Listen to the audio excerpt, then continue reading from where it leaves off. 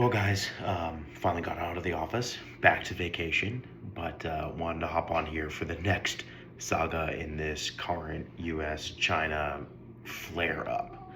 Um, I don't know if everyone saw, but Bessent sort of called Lee, who's kind of like Bessent's peer in China and the head like trade negotiator, like unhinged, came over to the United States like uninvited, really just throwing all kinds of barbs China's way, to the point where actually I even think he purposely mispronounced Lee's name in sort of this press conference. Um, Couple things here, right?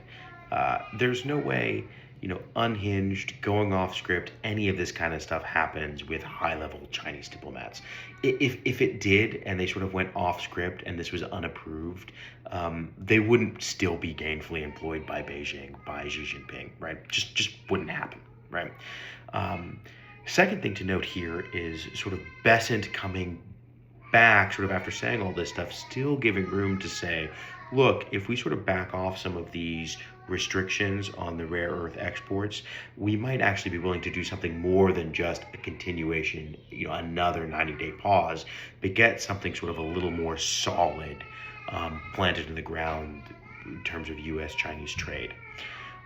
You know, what all this means? Well, really, it's like this weird performative art that we're seeing between both US and China. It seems like everyone is basically, both sides are trying to stack up as much chips prior to this massive negotiation that's supposed to happen in Seoul in a couple weeks between President Trump and Xi Jinping, the two leaders themselves.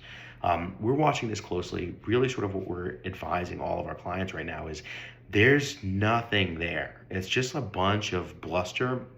Nothing actually has been signed. No details been given out about like an increase in tariffs or whatnot. Just a lot of people threatening things, sort of like back and forth. I think really we're just going to have to deal with sort of this bluster and performance art.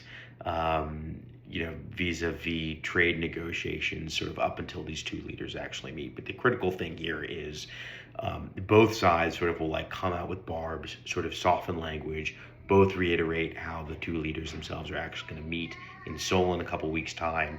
So really seem sort of hopeful that this is just all sort of chip stacking before the negotiations actually begin in earnest.